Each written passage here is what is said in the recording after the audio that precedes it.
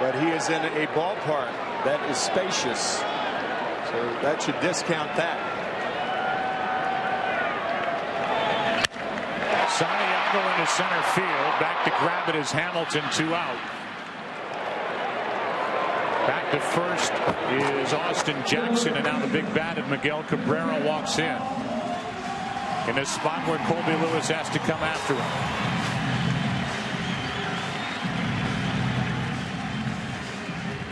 There are few major leaguers who made their mark quicker than Miguel Cabrera. With the Florida Marlins in 2003, we did that game 5, where Roger Clemens was retiring, or at least he said he was going to retire. He ended up not retiring, but he knocked Cabrera down, and with 2 strikes, Cabrera homered in right field as a 20-year-old. Strike 1 from Colby Lewis. Talk about a young hitter who makes other people pay attention. He's done that since he broke into baseball at the tender age of 20. Now just 28. Sneaking a fastball in there is Colby Lewis, and the count's 0-2.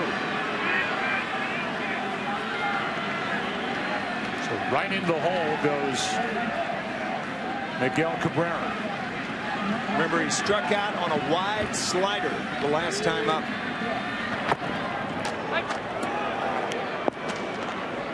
It's interesting as you watch Michael Young lunge for that ball at first. He said of all the positions he's had to learn, and he plays anywhere on the infield, first base was the toughest.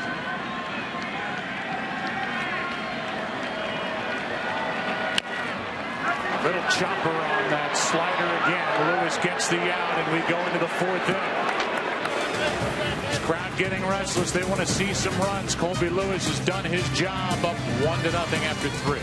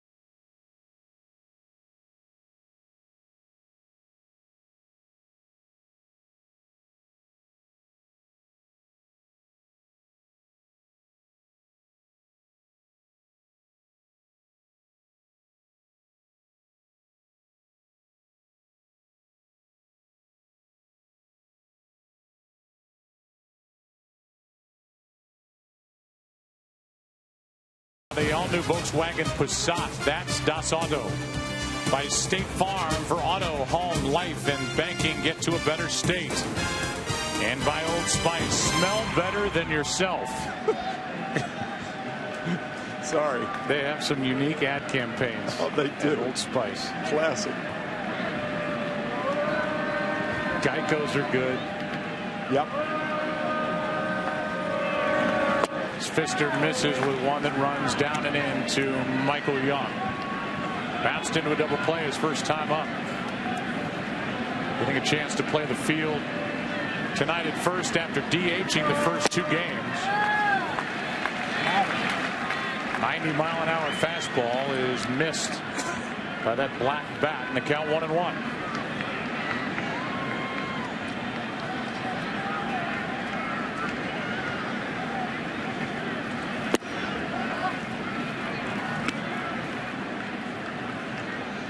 Two balls and a strike.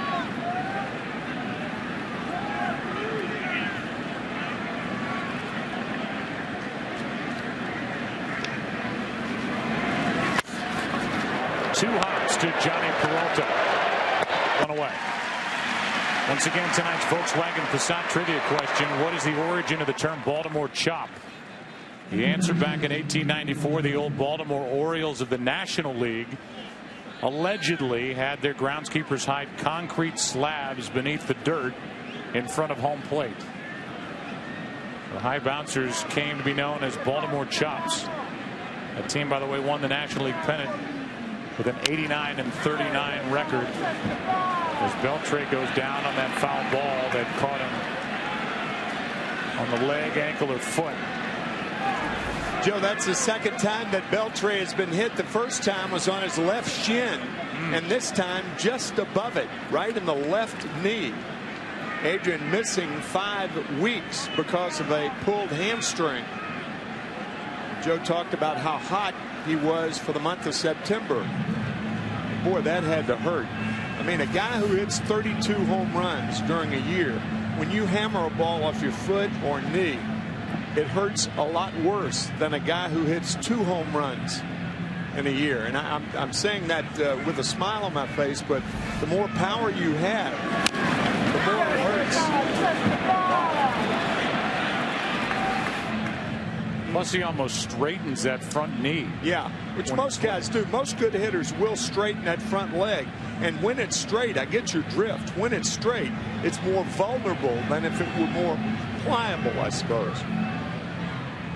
Ron Washington, ironically enough, was asked before the game about why he didn't pinch run for Adrian Beltre when the Rangers had that opportunity in the 9th inning, their 9th inning, after the Tigers missed their chance.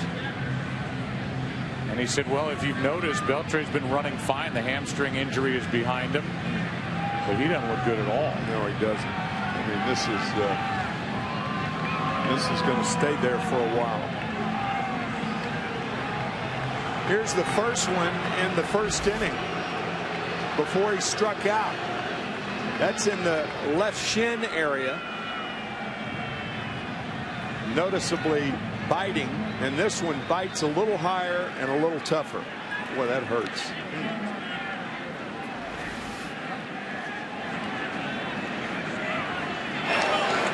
Will stay in with a count on 1.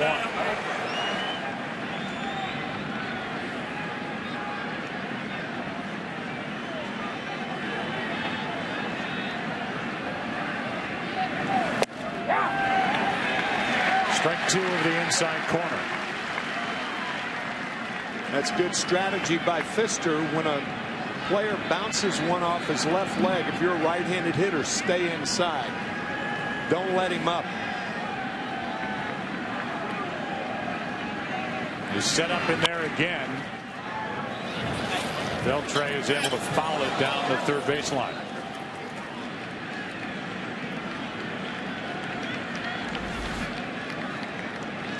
You can see Avila setting up inside. 3 straight fastballs in on the hands of Beltre.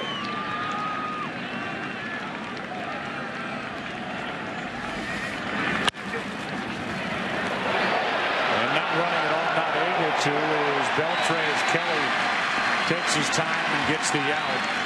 It'll be interesting to see if Adrian Beltre will be able to continue in this game. 2 out. You could hear that he made contact. So we'll see. Certainly, that suggests it would cut down on his range. I mean, this guy's one of the better third basemen in the game defensively. Breaking ball swung on and missed by Napoli. Tigers in the bottom of this fourth will have Victor Martinez, Don Kelly, and Johnny Peralta.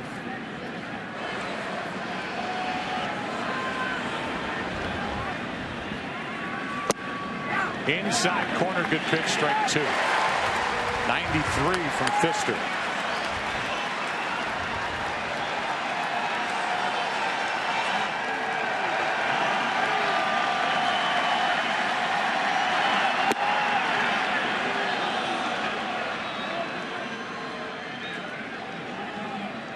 Rangers have seen plenty of Pfister. He was with Seattle in the AL West. That's where the Texas Rangers reside, winning that division for the second straight year. Pfister almost fielded the broken bat with his glove. Went right by his head, and Peralta makes the play. We go into the bottom of the fourth inning. This is as pretty a ballpark as you'll find anywhere in baseball. Rangers on top 1-0.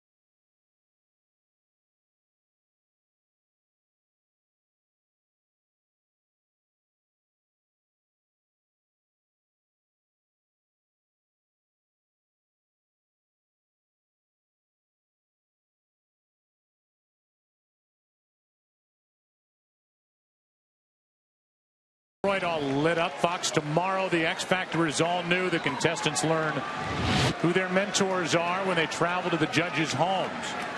Expect lots of drama and amazing vocal performances. The X Factor all new tomorrow at 8 Eastern, 7 Central on Fox. But downtown Detroit is home to the 5-0 Lions, who beat Chicago Bears last night.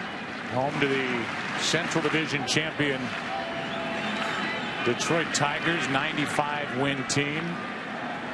Adrian Beltre has been limping around, getting ready for this bottom of the fourth. But he's still in the game as Victor Martinez, who walked his first time, Takes ball one down and in. I wonder if the Detroit Tigers, of course, Victor Martinez is not going to do that, but try to exploit the weakness of Adrian Beltre and have a guy like Don Kelly bunt against him. He is not moving around well at all at third base. Inside, 2-1.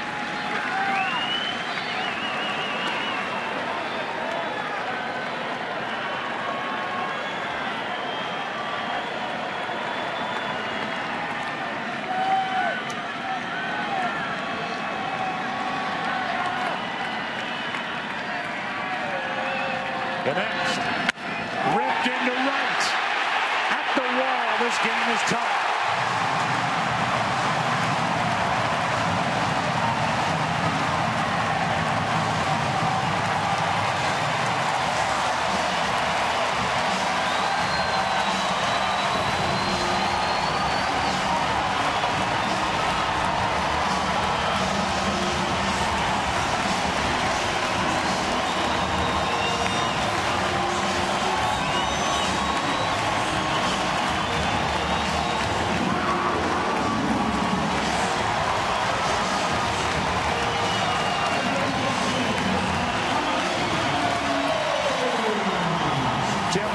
Victor Martinez hurt himself on that swing,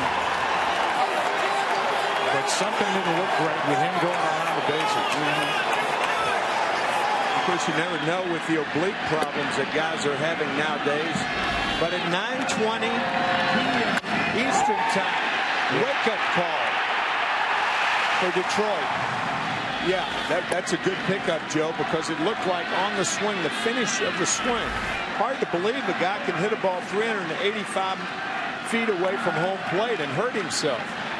But he did, it appears. Kelly went around. That's strike two. From up above. It's exactly what Detroit needed, but it could be very costly if there's something long-term here as Detroit just keeps getting more and more injured as we go. Kelly got a piece. Still 1-2.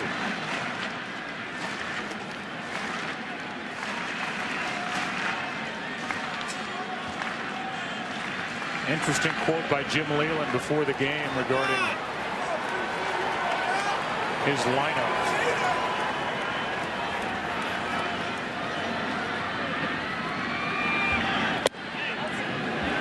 Two and two, he said, you know, we have been preparing. We're not putting the cart before the horse. But if we get to the World Series, we've got to be prepared to use Cabrera at third and Victor Martinez at first base. Victor Martinez typically the DH. They don't use the DH in the National League City. He said, because if I don't have Martinez in my lineup, then I basically don't have the bat of Miguel Cabrera in my lineup, because he won't be protected by somebody behind him. You have to have both of them.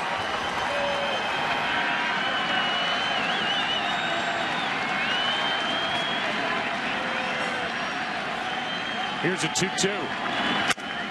Broken back. Colby Lewis makes the pickup and gets the out well away. So let's go back to the home run swing. Watch the off balance. Once he makes contact, he's off balance on his right leg.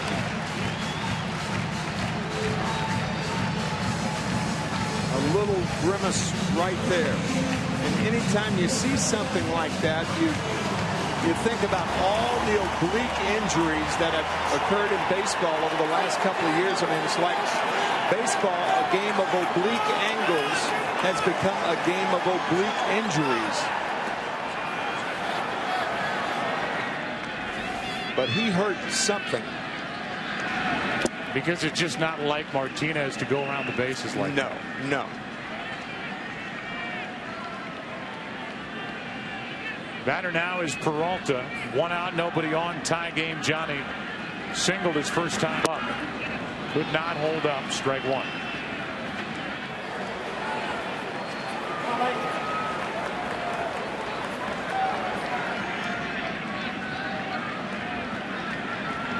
Beltre hurt himself in the top half of the inning, fouling that ball off his left knee. And Victor Victor Martinez appears as if something's wrong, and Texas wants to make sure Michael Young's okay going up against the tarp down the right field line. 2 out.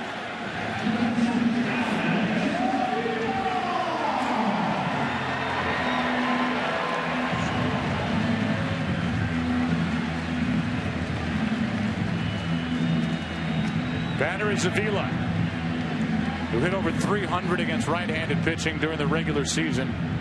16 of his 19 home runs came against right-handers.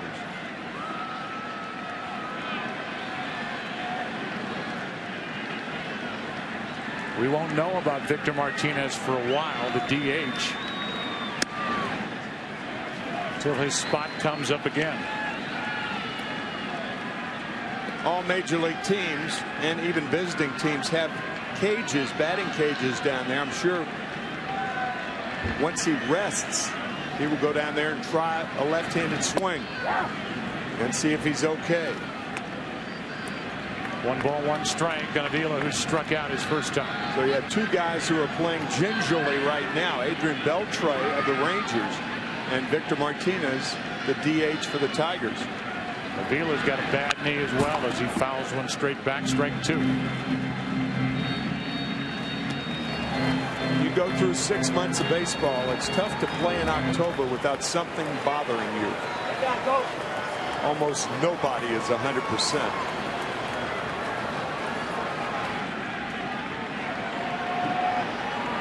Martinez was sidelined earlier this year with a strained right groin. Just to throw that out there, purely speculation or just fact at this point that's will put him on the DL.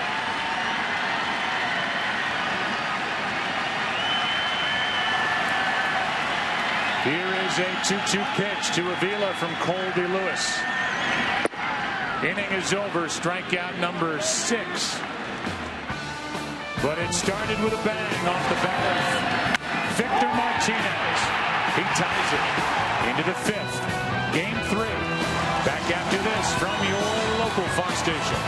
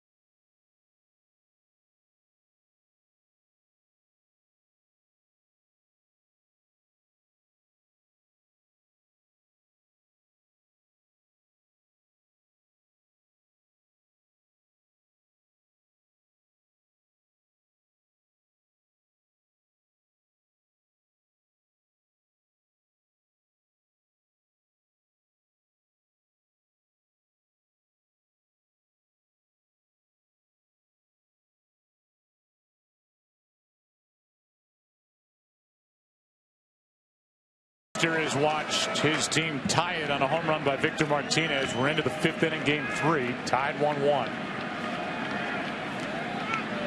Nelson Cruz first up, takes the ball down and away. It'll be Cruz, Torrealba, Andy Chavez, the bottom 3.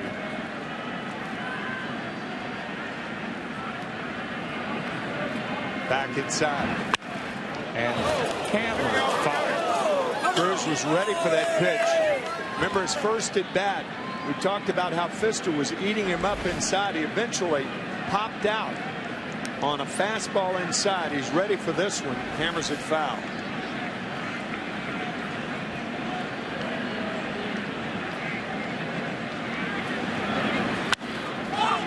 On the infield for Santiago.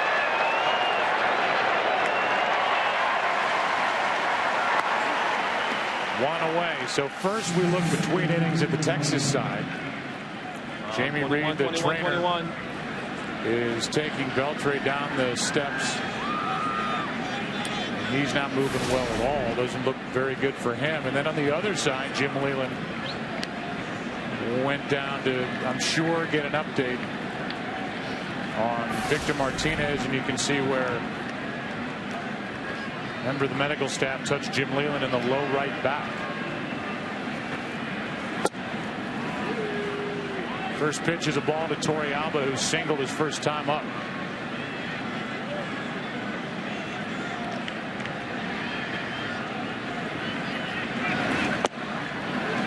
Breaking ball stays high. 2-0.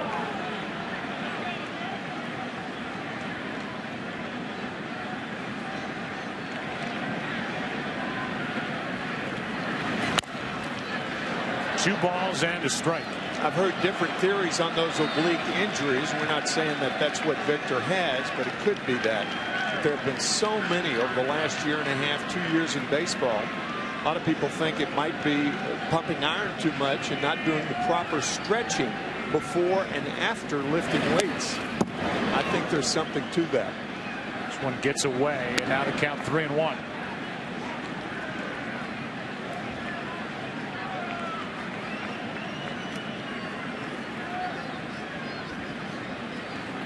Matchup with Matt Harrison and Rick Porcello in game 4 tomorrow afternoon. It's a late afternoon start here in Detroit as Torrealba rides one out of here foul.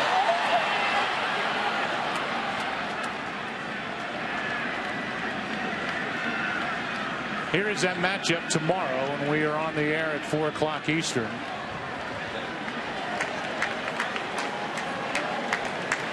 And it will be, there it is, Matt Harrison against Rick Porcello. And their numbers this postseason: Porcello worked in relief of Verlander in game 1.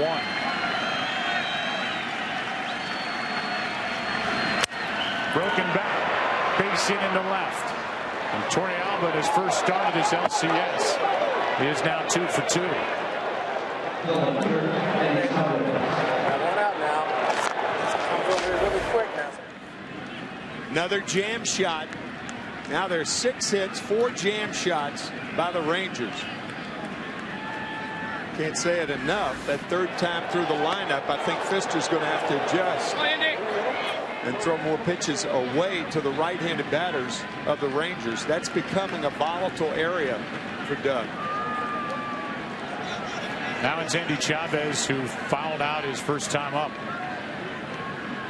Hit .301 during the regular season, 5 home runs, stole 10 bases. Good part-time player for Ron Washington.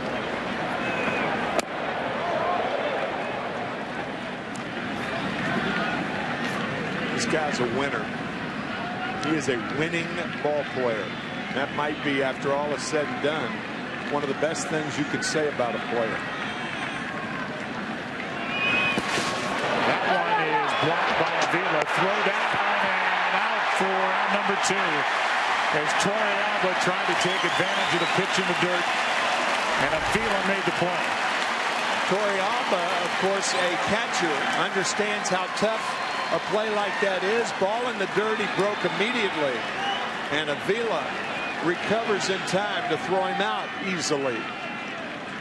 Good play by Alex Avila.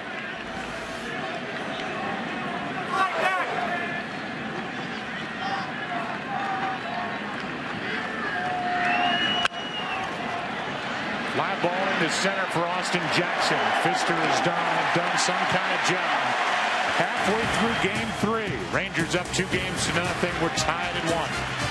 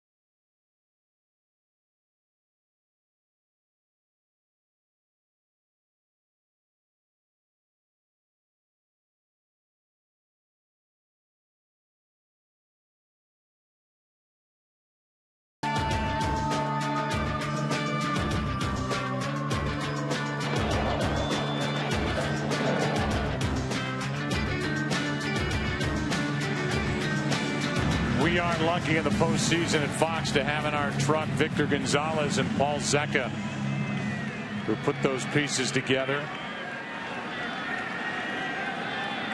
And it has been let's say, an interesting 24 hours for the crew. Getting here, getting set up as Rayburn pops one into right.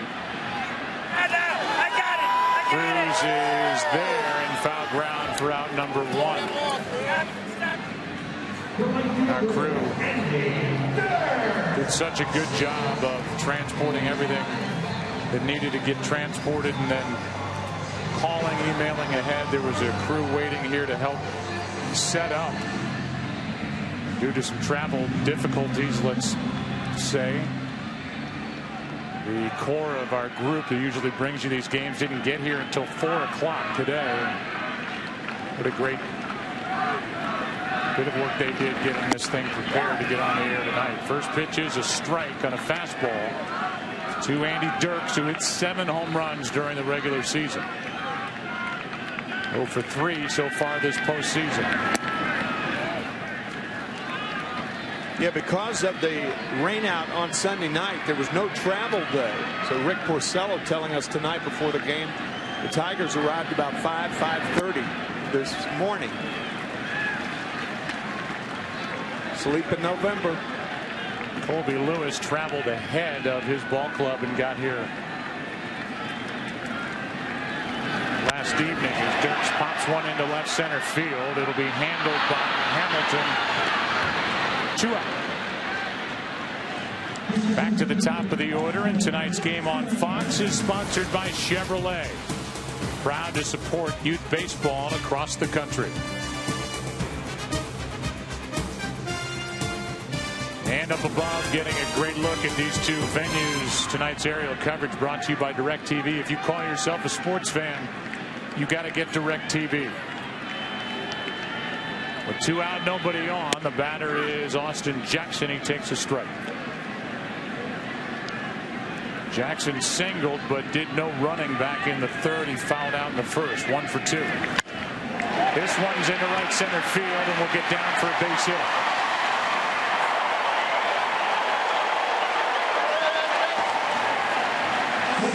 Yeah, the prospects of Victor Martinez not being the on-deck hitter with Santiago coming up. With 2 out and nobody on, in my view, Jackson has got to try to steal second base.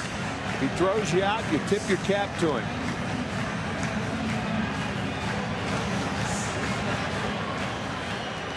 Miguel Cabrera will be the on-deck hitter.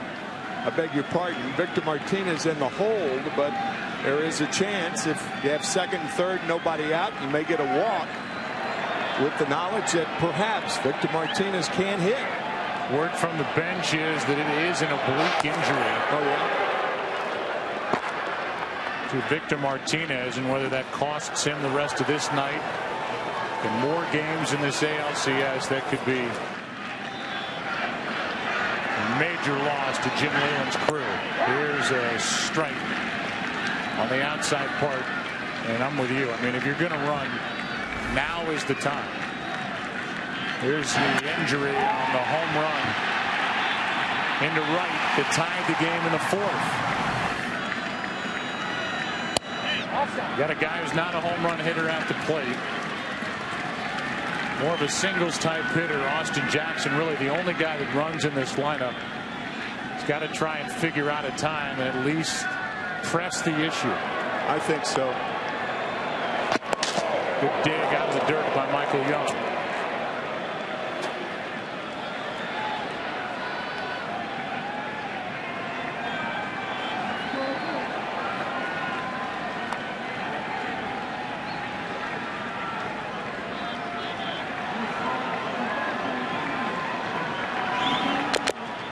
Late swing and a foul tip, strike 2. And Victor Martinez grabs his bat. Now we'll go down into that cage and see if he can swing it.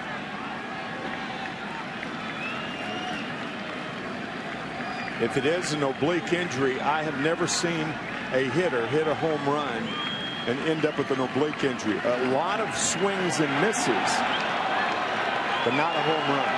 And the ball hit that hard.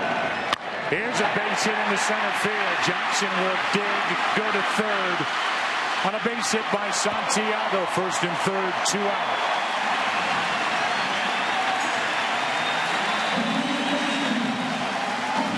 It's an interesting situation right here. You don't have first base open, but you do have an open base. And you know Victor Martinez is hurt. So what do? You know what? I'd put him on. And nobody is in the on-deck circle. We know that Victor Martinez grabbed his bat, went down to the cage. There he is. And he's going to go stand in the on-deck circle. Which could be a decoy. You don't know whether he's going to stand in the on-deck circle with the intent to hit. And Jim Leyland talking to him, you just don't know. I take my chances, and I don't pitch to Cabrera. That's what they did in the 9th inning of Game 2 with first base open. Now you have second base open. It shouldn't change things. I'd put him on. That's what they're talking about. Mike Maddox talking to Lewis probably about that very thing. But the thing about pitching around a hitter with a runner on in 3rd is you throw a wild pitch, and a guy like Jackson could score on a short wild pitch. So you either pitch to him and try to get him out or walk him intentionally. Interesting situation.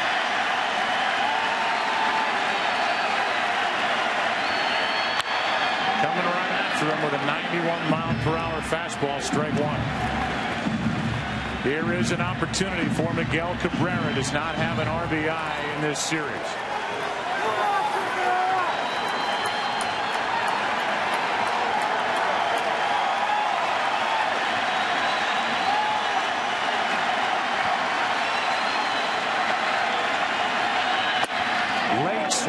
miss, and Lewis has come after him with 2 fastballs.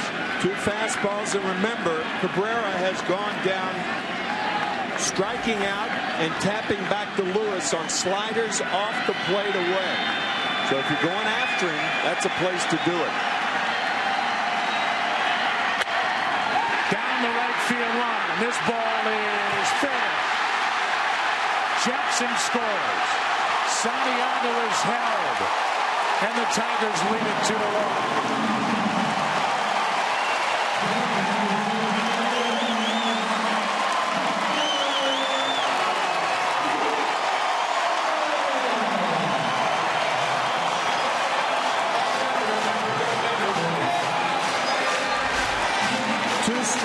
Forget about it. We said it earlier, one of the best 2-strike hitters in the game. Just fair.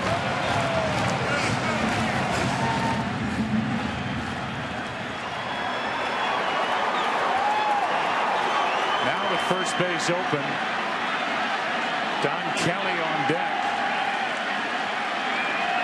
We're going to see how Martinez does swing in the bat. I think typically it's a no-brainer to put him on.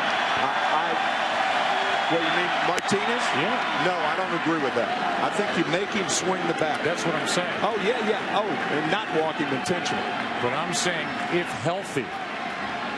Absolutely. Victor Martinez with Don Kelly. That's exactly right. I just don't think he's healthy. I don't either. And I think it's interesting that they're pitching to him and seeing if he is. So if you're going to pitch to him and see if he is, they think he is. So if you think he is, why do you pitch to Cabrera? Here's a 1-1 count on Victor Martinez, second and third, 2 out.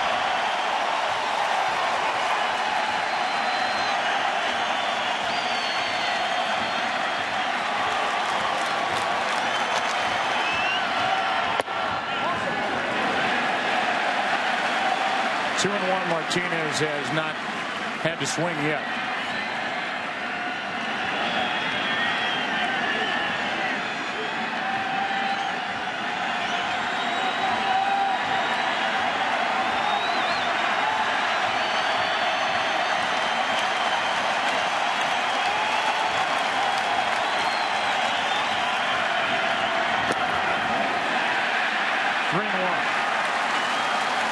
Good job by Peralta to knock that pitch down.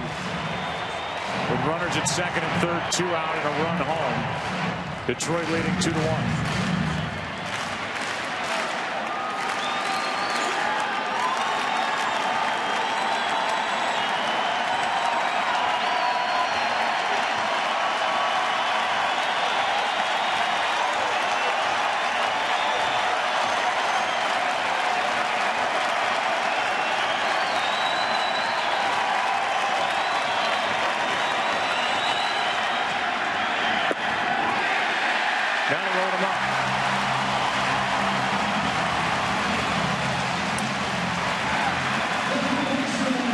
Martinez on base for the third time tonight. Excuse me, Joe. Here is Miguel Cabrera. First 2 times up, sliders away. This is a very smart hitter. Fastball away. And the Tigers take the lead.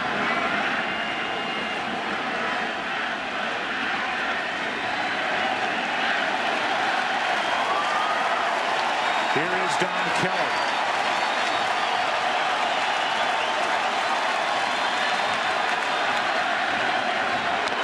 Strike 1. So we really still don't know about Victor Martinez because he never had to swing the bat. Very good point. That's right. And just the way he's moving around, he doesn't look comfortable. No, he doesn't.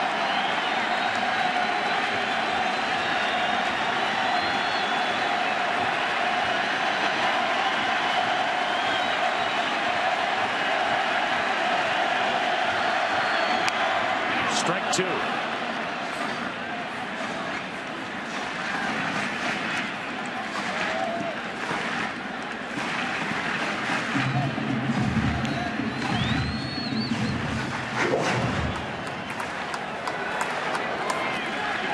Lewis retired the first 2 of the inning. Back-to-back hits, an RBI double, a walk, bases loaded. Don Kelly 0 for 2 in this game.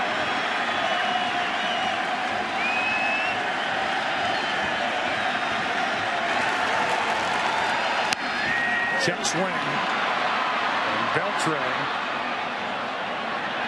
will back up and tag the bag to end the inning.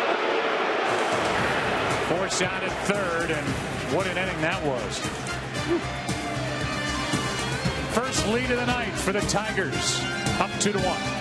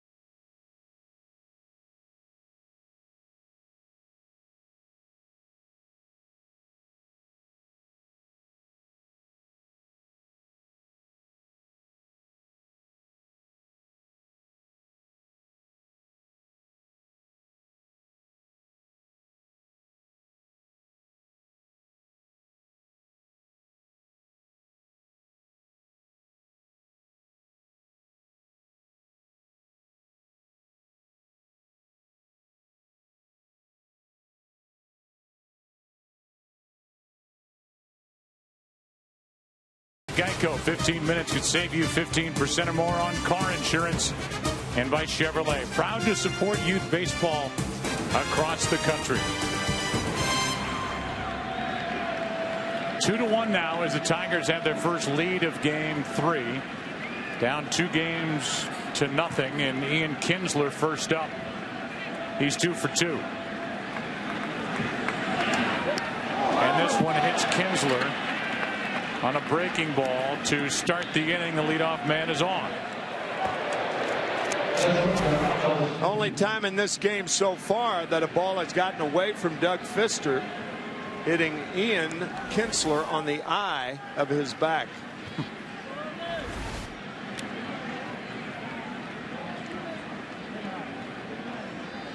Victor Martinez, I'm sure, will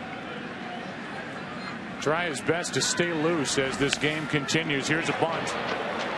Cabrera makes the play down to second as Kinsler is underslated down.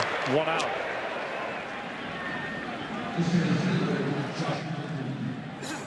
And that'll bring in Josh Hamilton. Here's a situation again where you almost have to think about walking Hamilton. Michael Young has already grounded into 1 double play. If you don't walk Hamilton, I think what you have to try to do is to get him out on balls. He is a notorious first ball hitter. In fact, more than any other player in baseball, he swings at the first pitch. And he hammers at that, fouls it back, strike one.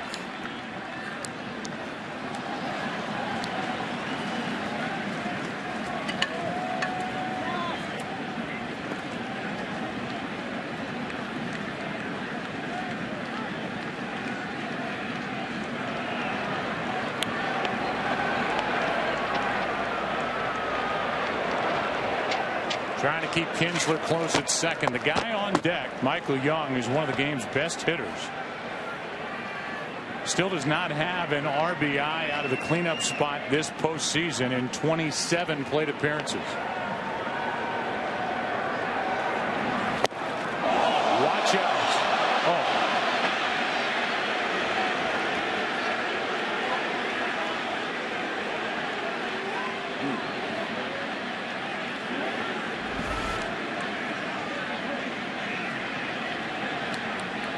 Josh Hamilton letting loose of the bat, and it seemed to have hit that gentleman in the first row. It's a tough way to get a souvenir bat. We hope that gentleman is okay.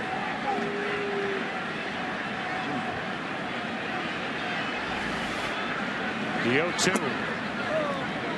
Breaking ball drops low, ball one.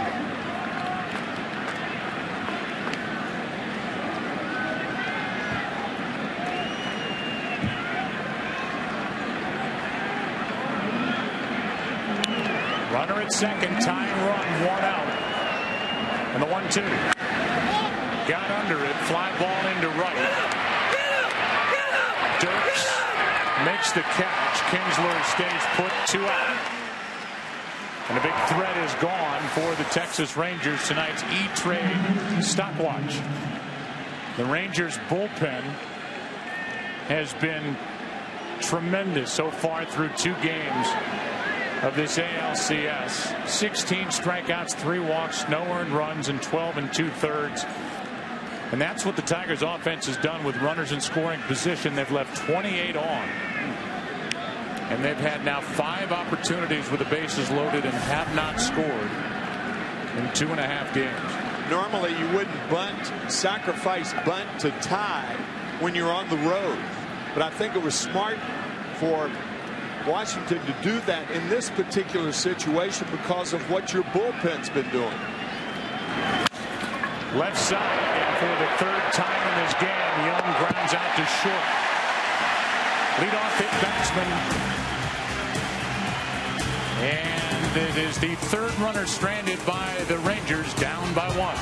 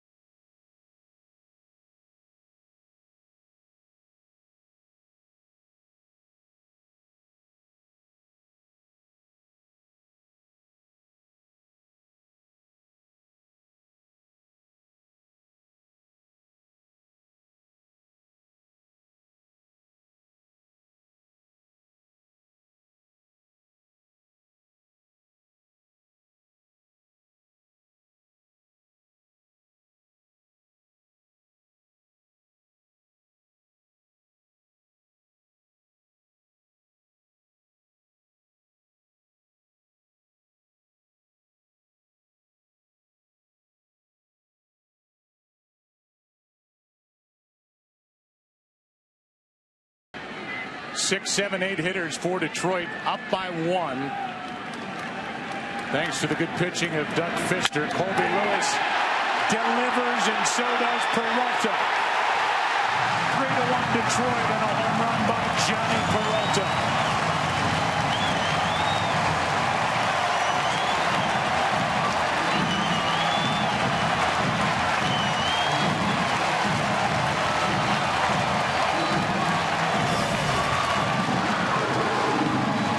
A situation of an experienced hitter, third time through the order, going up and looking in one spot and swinging through the spot,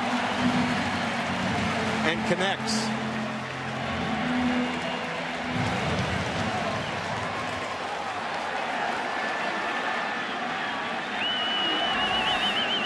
And so Peralta, who hit 21 home runs during the regular season, goes deep. As Avila flies one into the corner, Chavez on the move. Has out number 1. Avila 0 for 3, but this shot off the bat of Peralta started the inning. Sometimes when you call a pitch like that from a catcher, you almost want to reach out and interfere with the hitter. You know something bad. You could almost see Torey Alba's expression back there. He knew something bad was going to happen when Peralta swung. Rayburn takes a strike over the outside part. You mentioned it. Nobody gave up more home runs in the American League than Colby Lewis this year, and Peralta got it where he wanted it and rode it out of here to left. His first home run of this postseason, second RBI. In the blink of an eye. Here is a 1-1 to Ryan Rayburn. Good pitch down and away. Lewis is over 100 pitches on the night. And the Tigers have their biggest lead of this ALCS.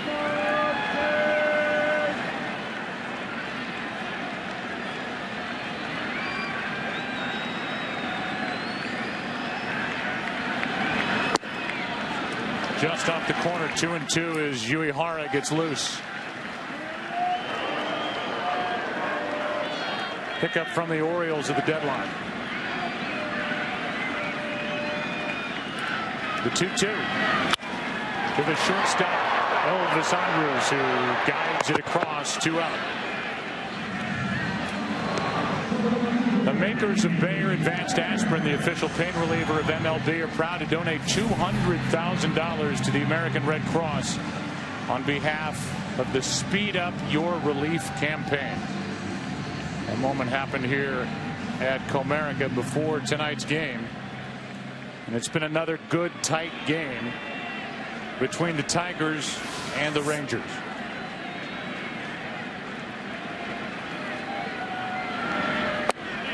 Strike 1 on Andy Dirks.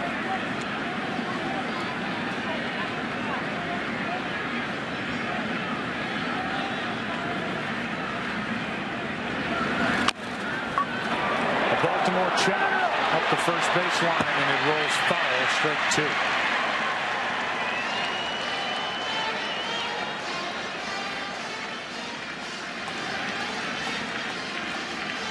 Dirks has struck out, fly to center, and Colby Lewis trying to get through 6. As he did in his only start of the divisional series in St. Pete against the Rays. Game 4 is tomorrow at 4 o'clock Eastern, 1 Pacific. Matt Harrison against Rick Porcello, with Justin Verlander and C.J. Wilson preparing for a game 5 if necessary. The 0-2. Ball 1. You know what Tiger fans are thinking tonight? If we win tonight, Tiger fans are saying, then that gets us to Verlander.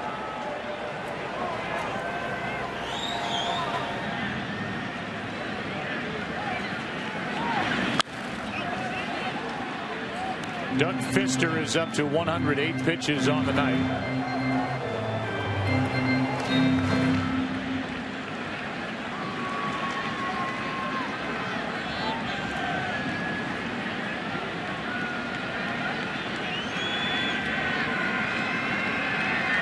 Fister's at 76, 109 on the board for Colby Lewis.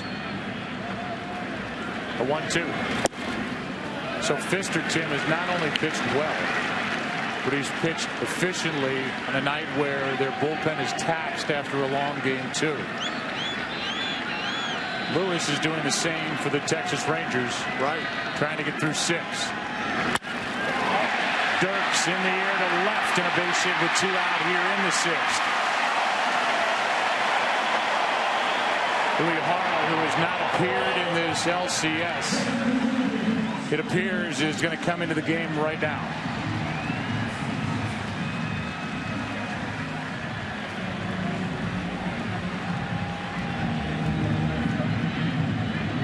That is the case as Lewis goes 5 2/3.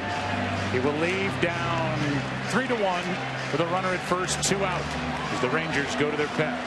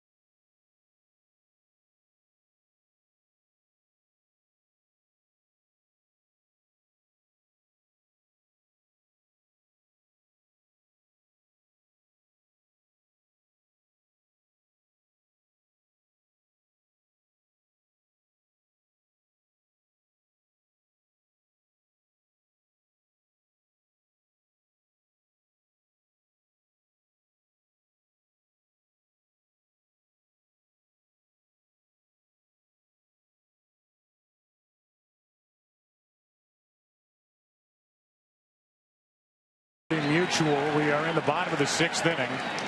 A run is home. Hamilton with an RBI single in the 1st. It's been all Detroit since. Runs in the 4th, 5th, and 6th. They have a man at first, 2 out. And Hara, who has not appeared in this series and who since August 1st, including the playoffs, has allowed 6 home runs in 17 innings pitched. Deals a strike to Austin Jackson. That said, it was at the time heralded as a big pickup for John Daniels, along with Mike Adams, the setup reliever, to add to this Rangers bullpen, which is a serious weapon in this postseason. Dirks takes off, and he's safe with a stolen base.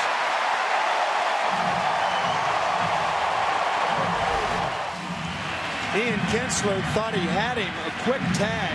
The throw's a bit high, but wants the tag by Kinsler. No, he missed him. Good call by second base umpire Tom Hallion. And a great slide by Dirks. Dirks went to the outside, tagged the outside part of the bag. Good call by Tom Hallion.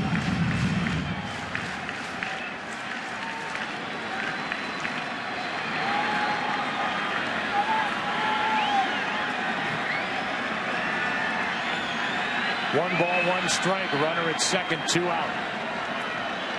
Jackson with singles his last 2 times up. Trying to add to a 2-run lead in the hole, 1 and 2.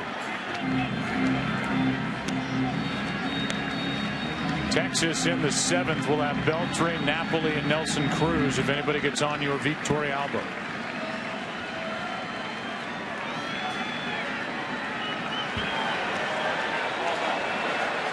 Colby Lewis is finished after 5 2/3.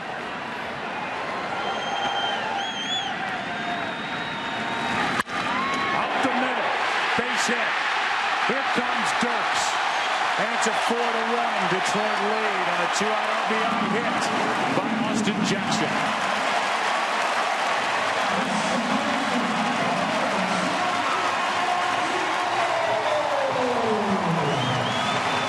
Joe, in our opening, we talked about 3 guys with the Detroit Tigers. Austin Jackson, Miguel Cabrera, and Victor Martinez. All have delivered for the 4 runs the Tigers have scored tonight. Jackson with 3 hits and RBI, a run scored. Miguel Cabrera, the go-ahead RBI double. And Victor Martinez with a game-tying home run in the 4th. And Louis Hart gives up a stolen base and RBI hit. And the Tigers lead by 3.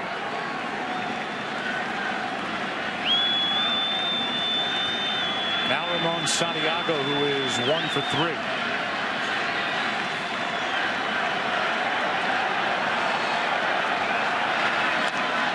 Pretty good rip. Strike 1. Geico in-game box score for the Tigers. Jackson 3 out of 4. A home run and 2 walks for Victor Martinez. Peralta with a home run in this inning.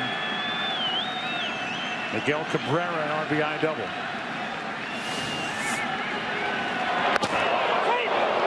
Pretty close.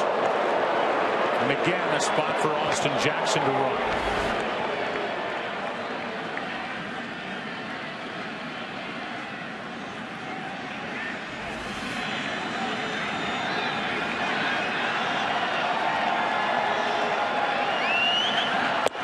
He starts and stops on a ball outside.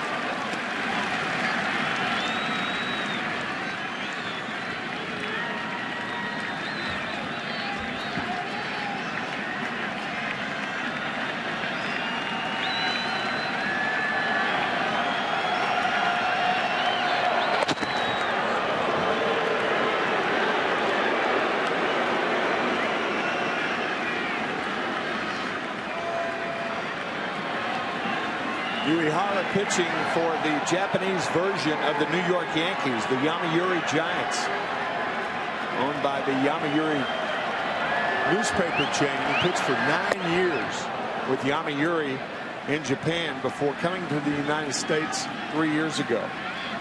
Been with the Orioles, traded to Texas, and he has given up an inherited runner. Andy Dirks. Made it 4-1, and Santiago waits for a 1-2 pitch. Boy, those are quick feet. Uehara, for a right-handed pitcher, they've got to have quick feet to deceive the runner legally at first base. Very, very quick, and surprisingly quick by Uehara. Santiago got under it into right center field. Hamilton drifts over to grab it, but it's a big inning, a 2-run inning on 3 hits. The loudest came off the bat of Johnny Peralta to start. That made it 3-1. It's now 4-1 after 6. Tigers on top. Back after this from your local Fox station.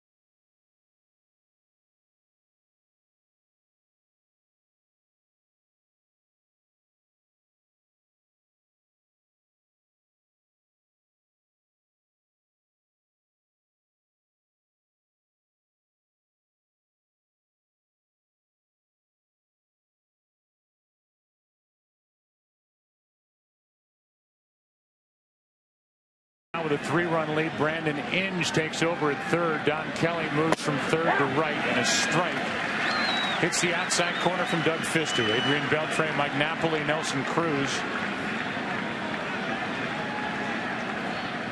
Tigers finally making some noise with the bats. Fister has done his part. Gave up a run in the first inning on a flare hit. With 5 shutout frames since then.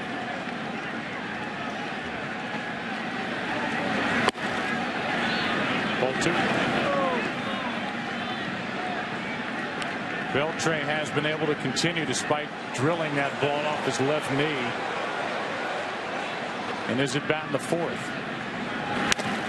And that one gets chopped down by his right foot.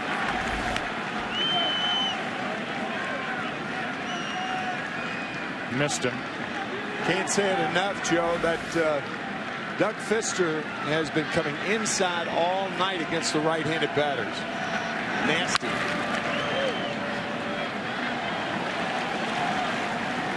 A swing and a limp by Beltre.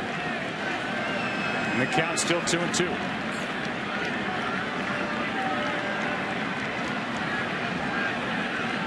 What a find by Dave Dombrowski, the general manager, getting Fister from Seattle. Beltre is hit again by his own foul ball. I think it was his foot this time. Nope, right leg. Like the right knee. So he's hit the left shin, the left knee, and now the right thigh. Here's a 2-2. That almost hit his left foot.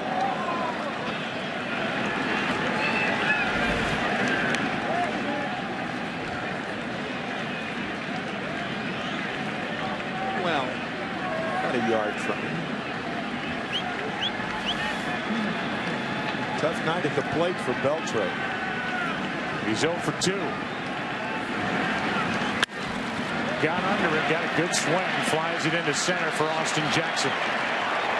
Leadoff man is gone for the Rangers in the 7th. Tomorrow on TBS, 8 o'clock Eastern, it'll be Giovanni Gallardo against Chris Carpenter, who, when the baseball world last saw him, was finishing off a 3-hit shutout gem at Philadelphia. Then we're on earlier before that, 4 Eastern here on Fox. Matt Harrison, Rick Porcello, Game 4.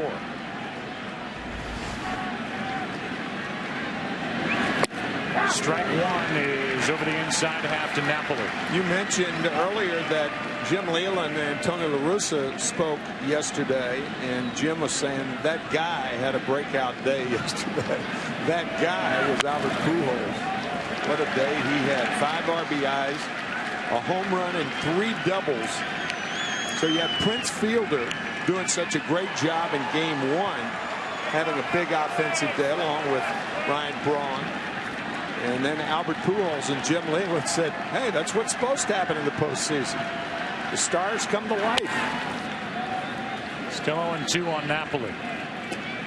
And those are 2 guys, Prince Fielder and Albert Pujols, who are free agents to be. Tied a record. Pujols, 4th one to do it in postseason history. 4 extra base hits in 1 game.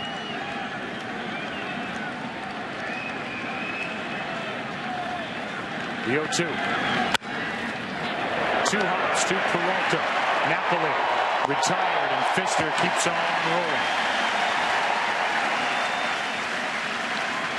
Tonight's Get to a Better State recap brought to you by State Farm. For auto, home, life, and banking, get to a better state. Nelson Cruz has been the hero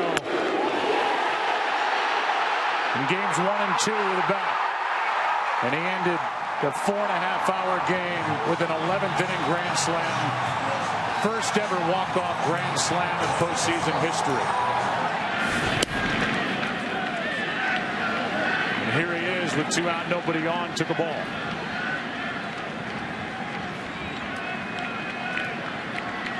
Popped up on the infield twice tonight. This is a foul tip that catches a lot of Avila. 1-1.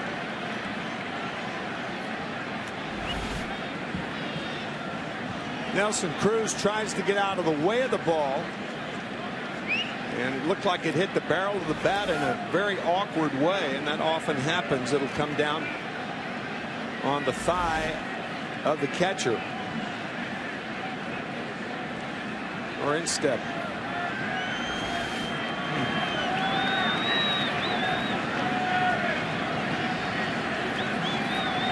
Two out, nobody on. 1 ball, 1 strike.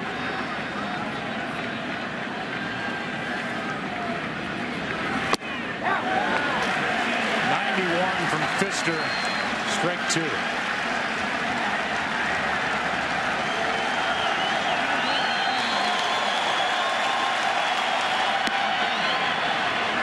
Two and 2.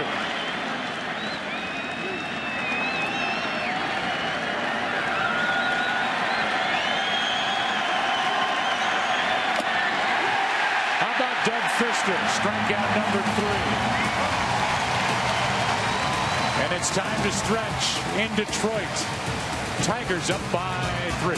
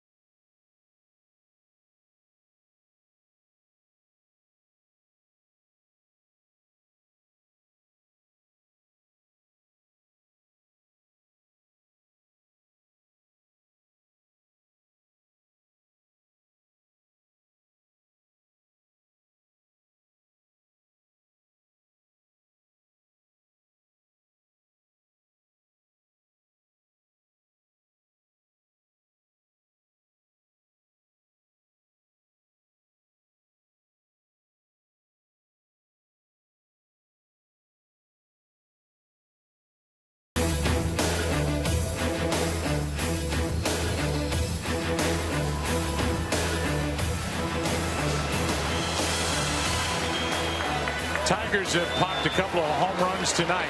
Lead 4-1 in a game they need. Down 2 games to nothing, and they bat in the bottom of the 7th. Cabrera fouls it back, strike 1. We are in the game. He relieved in the 6th. Allowed the inherited runner to score. So for Colby Lewis, 5 2/3, 4 runs, 8 hits, 6 strikeouts, 2 walks. 2 home runs as Benoit gets loose. Darren Oliver, the lefty, on the other side. He did not work in the 11-inning game yesterday. Good pitch down and away to Cabrera, and it's 0-2. I guess from a drama standpoint, I assume we'll get to know whether Victor Martinez can swing the bat left-handed or not.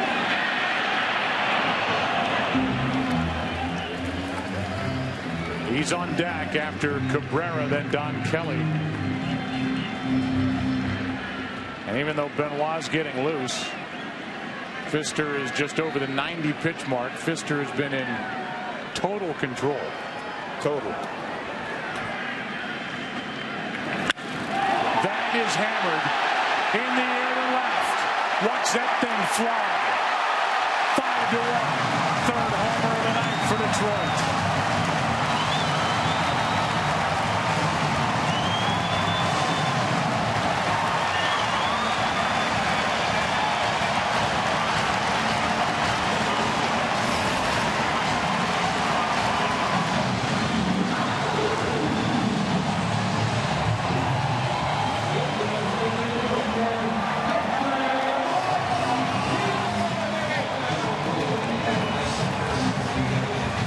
Make a big ballpark look small.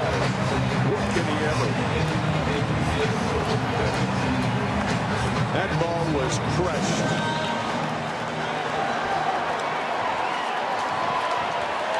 Looks like a fastball on the outside part, just off the middle of the plate. He crushed it. Victor Martinez in the air to left center field. Hamilton back to get it. And a pretty good swing by Victor Martinez. That's a lot of body into that swing and way out of here into left. I said it was outside part. It looked like that ball backed up just off the middle of the plate to the inside part, but not for long. Boy, that ball was just hammered. So another home run hit off Uehara.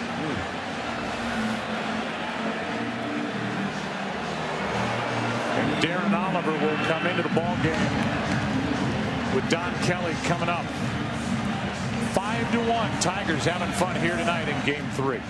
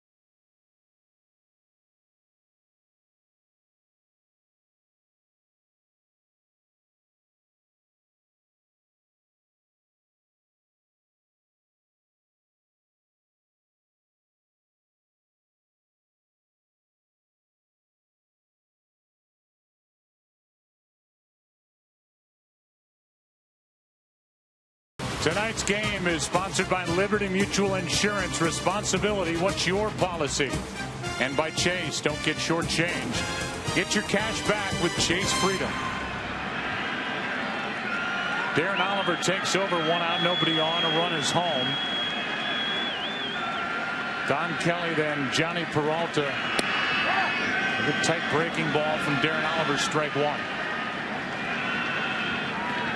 Kelly 0 for 3 tonight, came in since September 1st, hitting .343 with 4 home runs. That includes the postseason, and his home run in Game 5 at Yankee Stadium with 1 out in the first. Off Ivan Nova, 0-2 the count. Darren Oliver, one of the game's true gentlemen, just turned 41 years old 5 days ago, October 6th. This is a big frame for the Detroit Tigers. It has been all year. They are 80-0 when leading after 7 innings, which they will be tonight. So the back end of their bullpen is that good. With 2 out, nobody on, the batter will be Johnny Peralta. Yeah, you can match up Benoit and Valverde with anybody in the game. That's how good they've been this year. It'll be an interesting decision on the part of Jim Leyland whether to take Fister out with Benoit and Valverde having worked yesterday. Benoit an inning and 2/3, Valverde 2 innings. Well, that said, Joe, I doubt that Benoit would be up and not come in the game. Maybe perhaps being a little economical with Fister in hopes that he will start Game 7. This ends the inning. Oliver gets the 2 men he faces as we go to the 8th. Cabrera with a long home run started this 7th, and the Tigers lead by 4.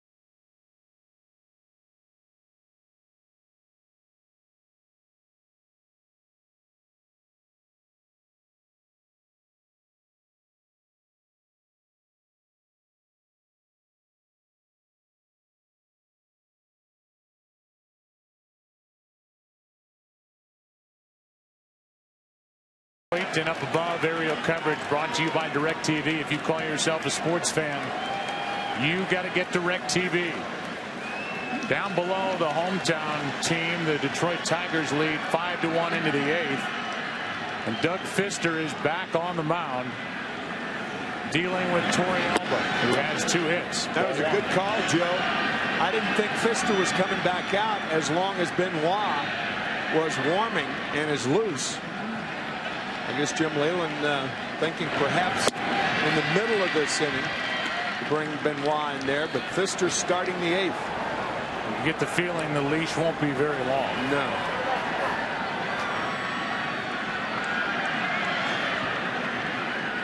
Here is a 2-0. A lot of strikes from Doug Fister. There are a lot of great leaders as managers in the major leagues. Jim Leyland among the best. You know, when his team is down the most, that's when he's happiest. It's a very interesting definition of leadership in my view. Yeah, he showed no panic on his face when we went into his office tonight. Yeah, when he's up, like in a series 2-0, 2-1, that's when he's suspicious. When he's down, he shows his players he's not afraid. And that, again, the essence of leadership. Full count on Peralta.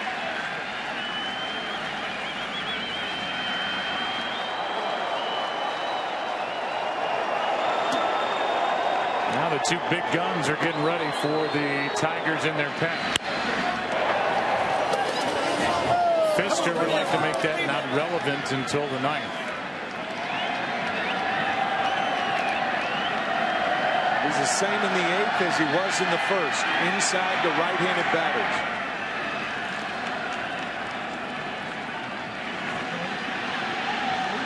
He wants the fastball.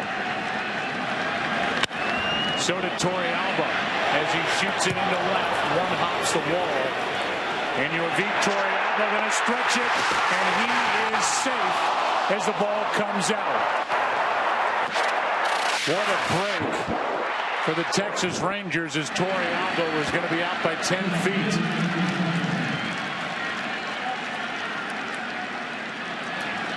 Good throw by Rayburn out in left. Yeah, you can't take this chance when you're trailing by 4 in the 8th inning, or any inning for that matter.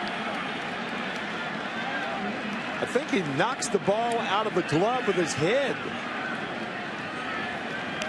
Pops right out of Santiago's glove. Well, maybe not the head, the right shoulder. But the Rangers fortunate that Peralta's safe at second.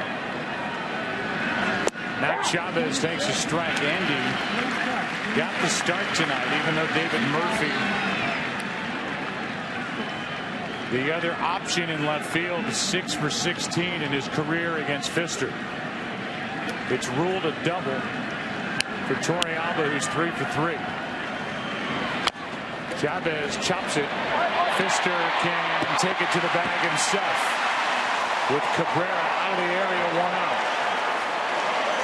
We've talked the whole game about how Fister has worked inside hitters inside all night long. Breaking bats.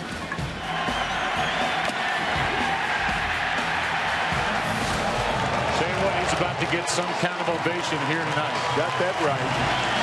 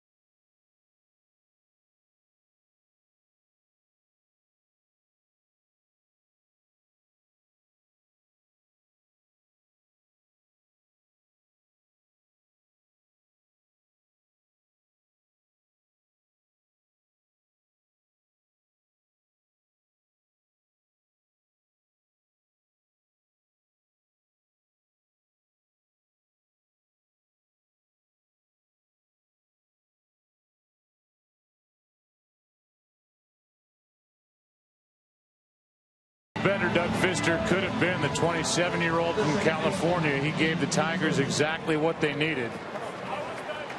Gave up a run after 3 batters. He's responsible for the man on third, 1 out here in the 8th. The Tigers leading 5-1, down 2 games to nothing, and Benoit is into the game.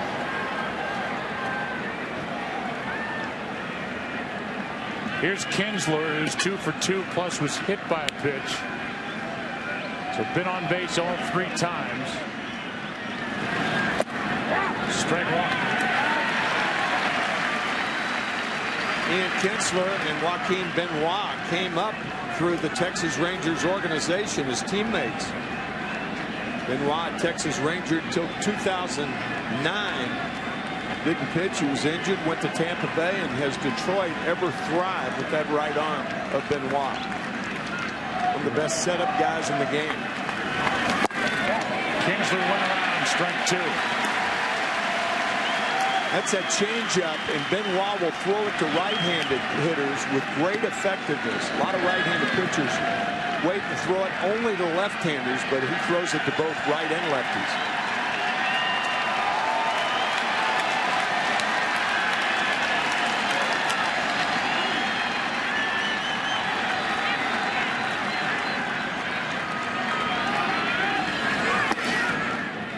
Ball 1.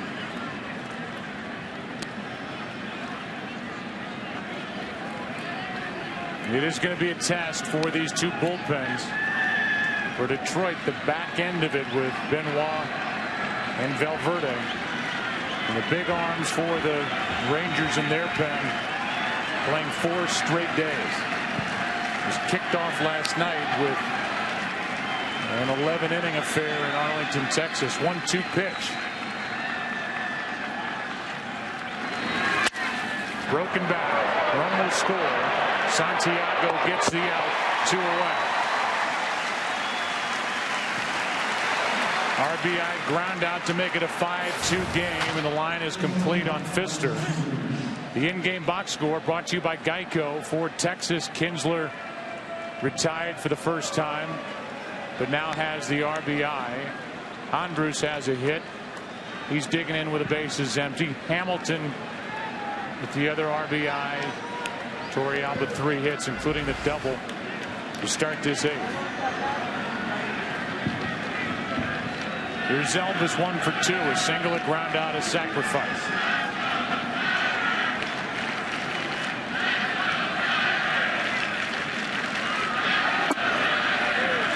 Ball 1. At the very least, I think Torrey Alba has earned himself a start in tomorrow's game with that 3-hit night tonight.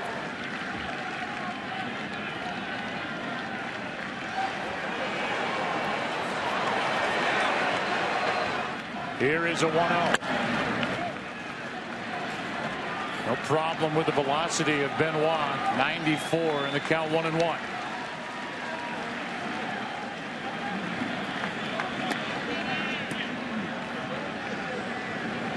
Sometimes you don't need a breaking ball. If you're in for only 1 inning, you can get by as a setup man or even a short reliever for 1 inning. With fastball changeup, there's enough of a difference between the 2 pitches to get batters out.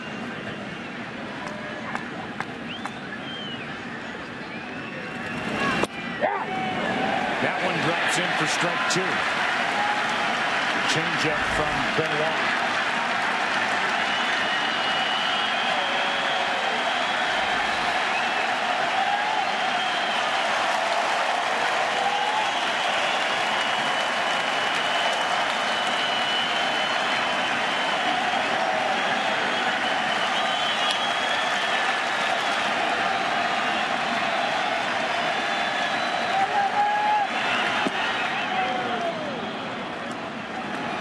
Two and two.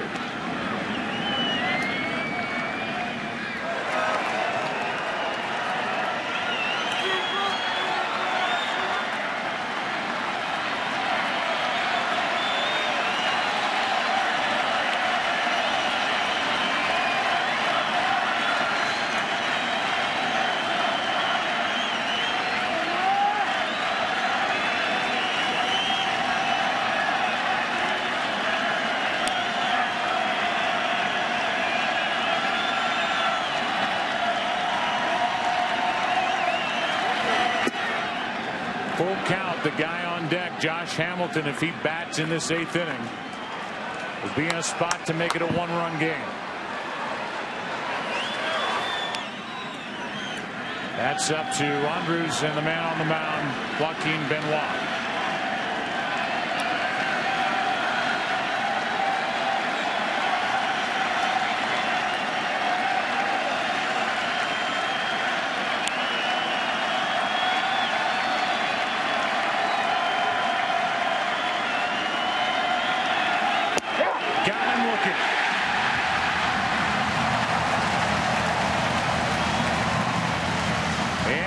Starter Doug Fister tonight. A job well done. 7 1/3. 2 runs, 7 hits. And he has given his Tigers life here in Game 3.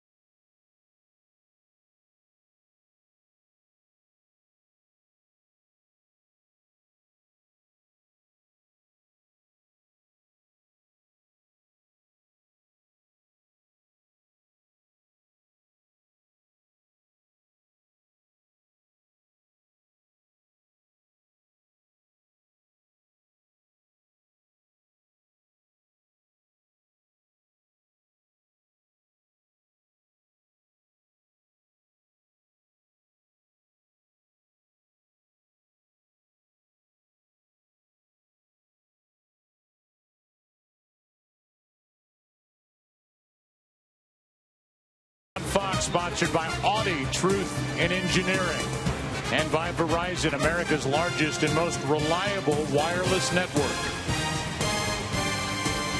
Beautiful night. Temperature has dropped a bit, and your name and lights.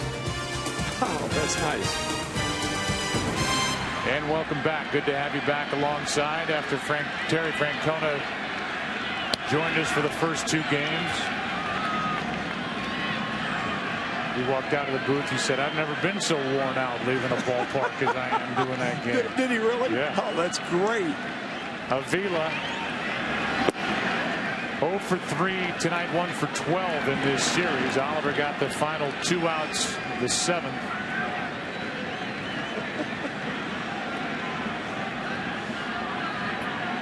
Rayburn next up, then Inge.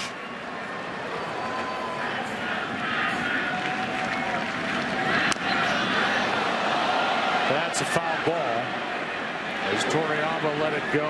A self-defense swing, strike 2. Alex trying to get out of the way, dragging that bat head across home plate.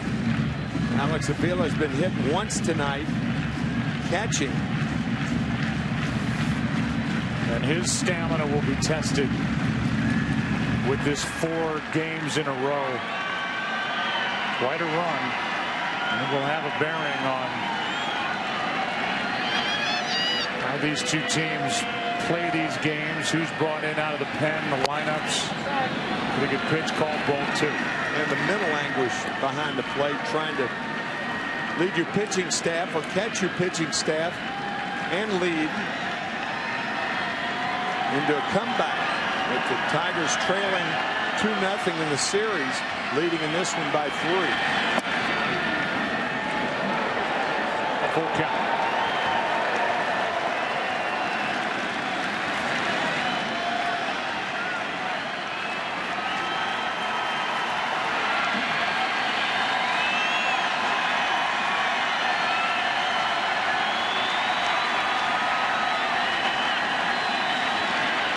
That's on the inside corner, 1 away in the 8th. And the 3rd strikeout for Avila tonight. He's 0 for 4.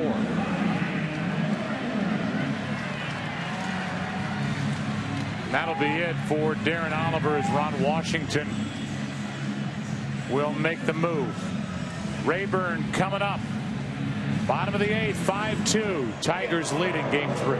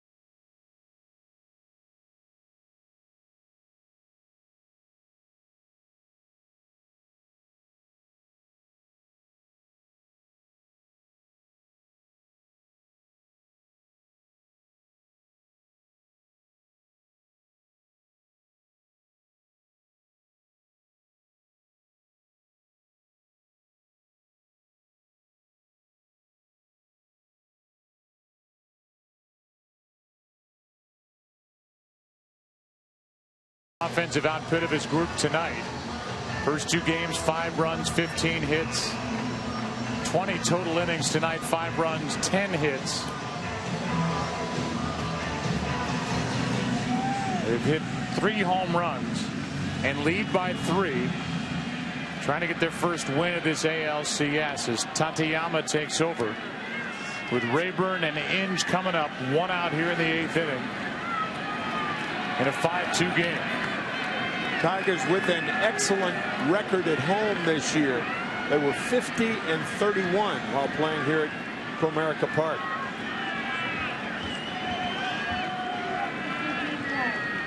Side armor is Tateyama, and ready for it was Rayburn as he hits it down the left field line. He will cruise into second base with a double.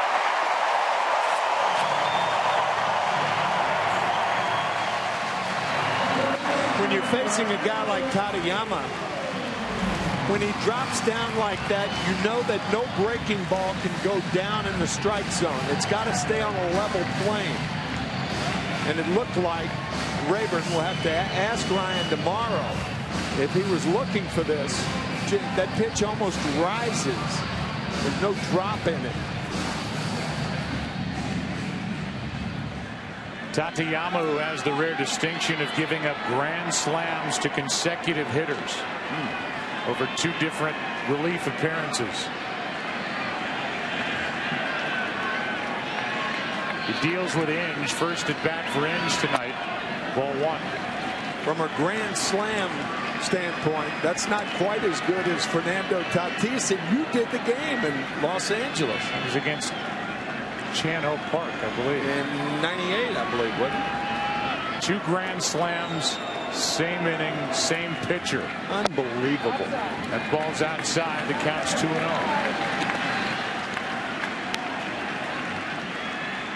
Carl Crawford hit the first one off Tateyama.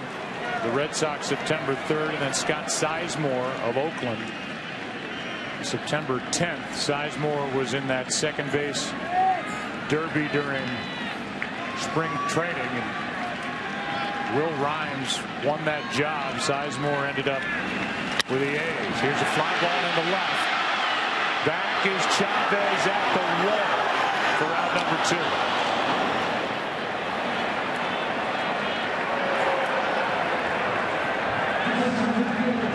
And back to the top of the order, Austin Jackson.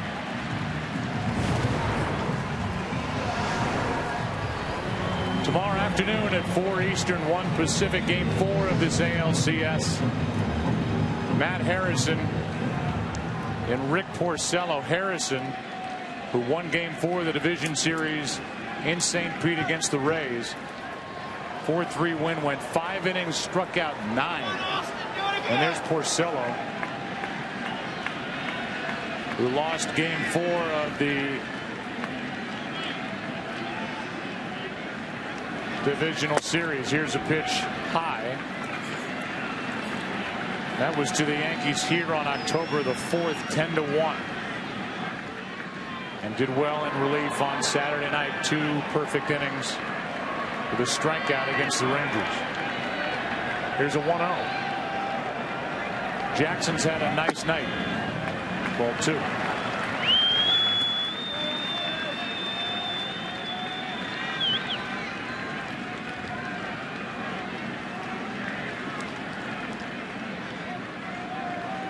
Three straight hits for Austin Jackson. 1 run scored, 1 RBI. That happened in the 6th. He bats in the 8th and takes ball 3.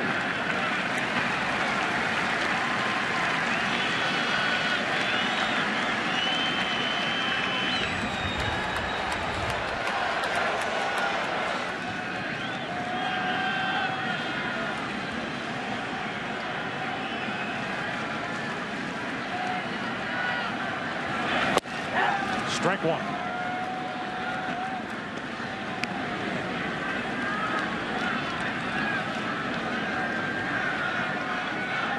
Right now the Tigers have it set up for Jose Valverde, who has been perfect all year in save opportunities. He is ready in the bullpen. Breaking ball, broken back, fly ball to Hamilton in center. The inning is over. We go to the 9th inning, Game 3. Rangers coming up their last chance. They trail it 5-2.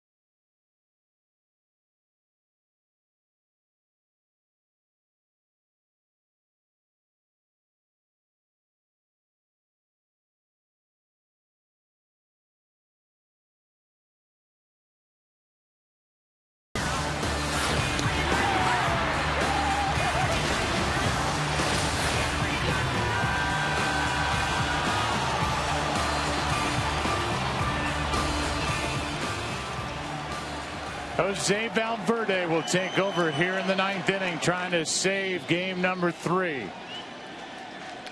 49 for 49 during the regular season. 51 for 51 including this postseason. And he has saved 53 straight dating back to last year. He's got a 3-run lead, and he delivers strike 1 to Josh Hamilton leading off the 9th.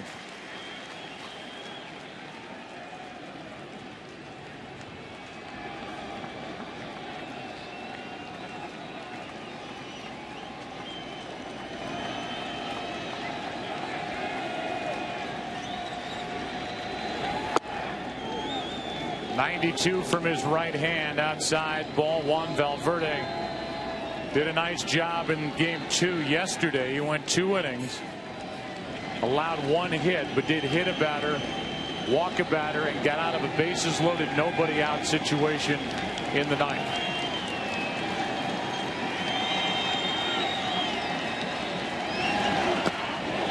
Hamilton went around, strike 2.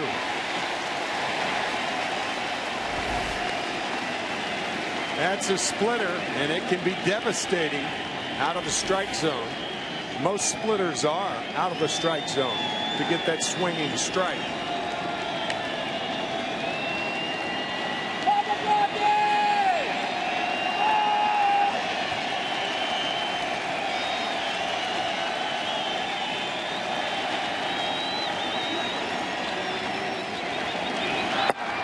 Two and two.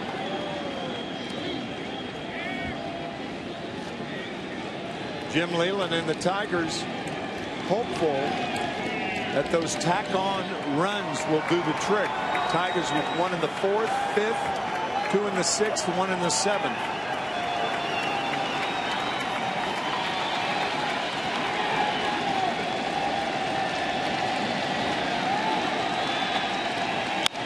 Into left center field. That ball will get down.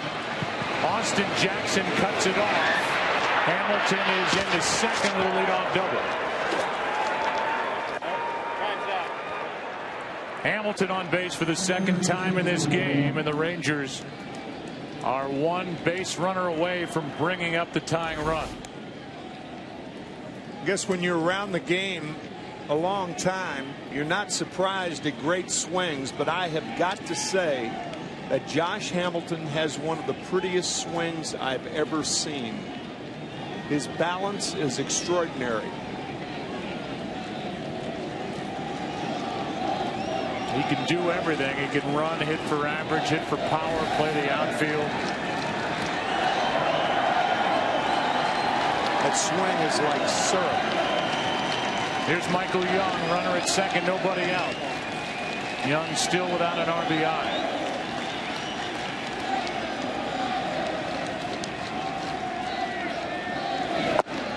Strike 1.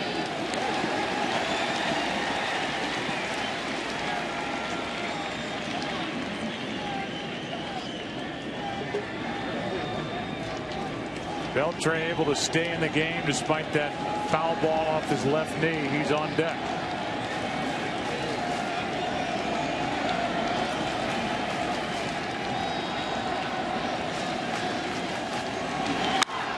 Strike 2.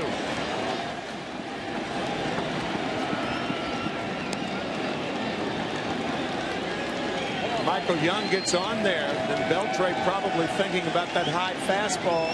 He got to open the inning and double off Valverde in last night's ball game down in Texas. That was the inning the Rangers loaded the bases with nobody out and failed to score.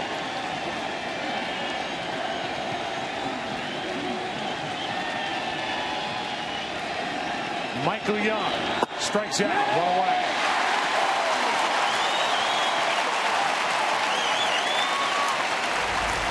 That split finger fastball diving out of the strike zone to get Michael Young.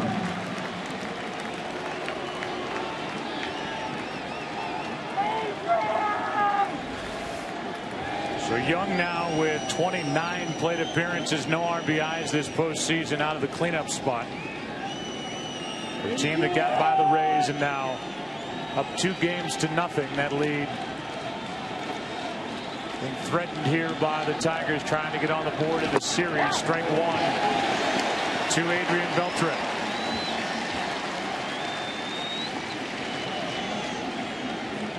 Beltre has struck out, grounded out, flied out. Guy who hit 30 home runs on deck, batting behind a guy who has hit 32. In front of a guy who's hit 29. Ball one.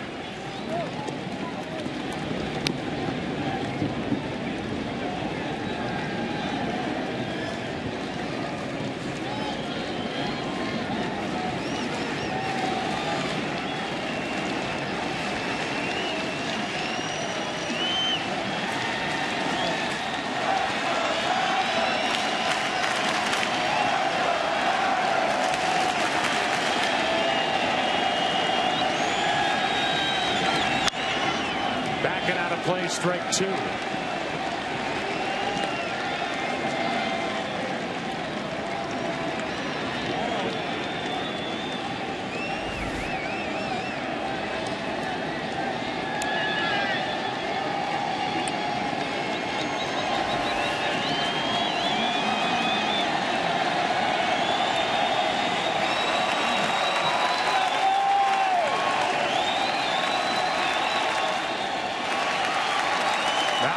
Trying to navigate the heart of this lineup, misses ball two, 2-2.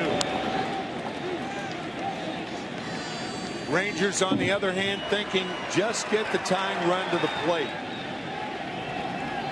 One swing could tie it. Big home run threats to follow. Up and down this lineup, but Napoli and Cruz.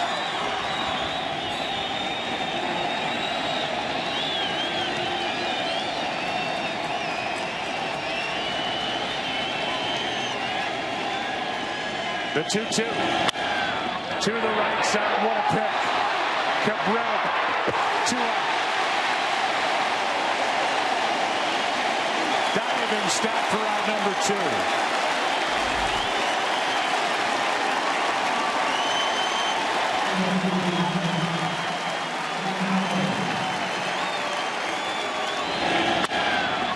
Gotta believe that Beltre would beat that play if he weren't limping. But a terrific play by Miguel Cabrera to get Beltre. It was Cabrera who started that 3-2-3 double play behind Valverde in the 9th inning yesterday. And now here in the 9th, he makes that diving play to his left. Quick visit from Avila out to Valverde. Runner at third, 2 out. And the last chance for the Rangers for now is Mike Napoli. 0 for 3.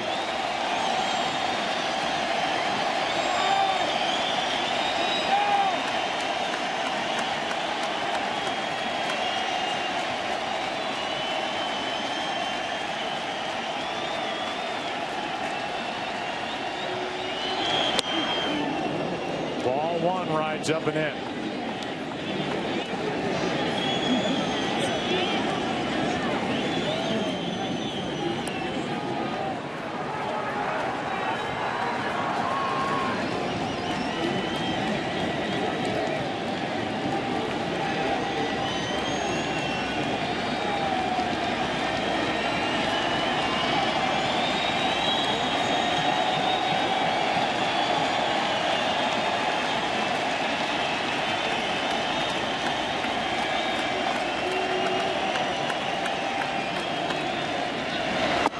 Strike one.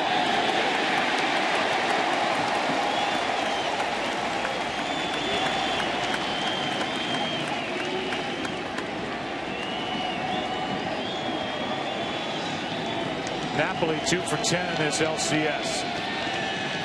Trying to extend this game and get Nelson Cruz to the plate.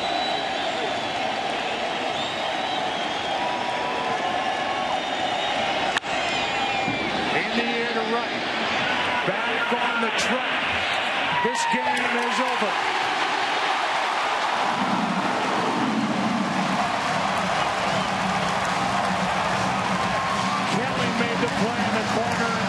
Wrestling. Tigers win it 5-2, down 2 games to 1.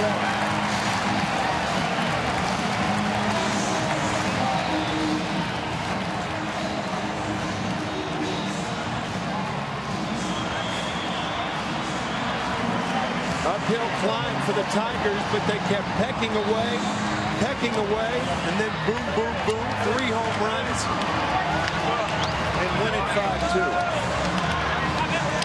Great pitching tonight from the Tigers, and here for the final out. This ball carried a long way. Don Kelly disappeared into the corner from our view. They called it a foul ball when it was caught as he crossed the line, but that ends the game. And the reaction from Valverde as he gets his 3rd save of this postseason.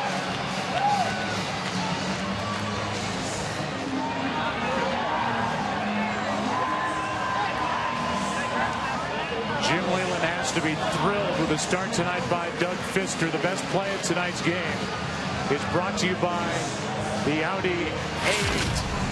True greatness should never go unrecognized. And it was the game-tying home run by Victor Martinez in the 4th.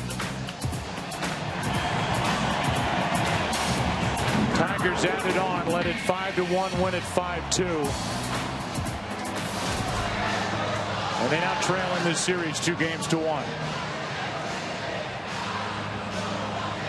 So getting a chance to return home. The Tigers now are on the board. And we look ahead to tomorrow afternoon with Harrison and Porcello. And now the Tigers have guaranteed that Justin Verlander will pitch again in this series, Game 5, on Thursday afternoon.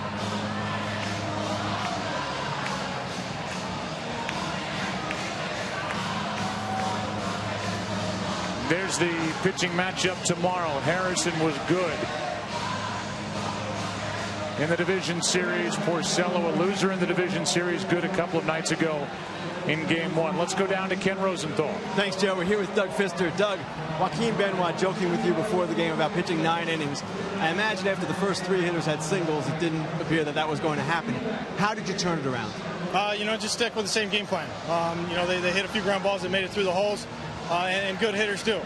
They came out firing and just kind of, Alex and I just stuck with the game plan and used our defense.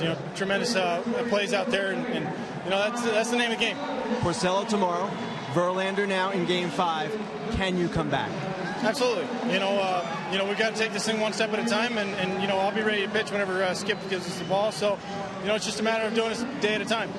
Doug, thank you very much. Congratulations. Joe, back to you. All right, Kenny, thank you. We will step aside for a quick moment.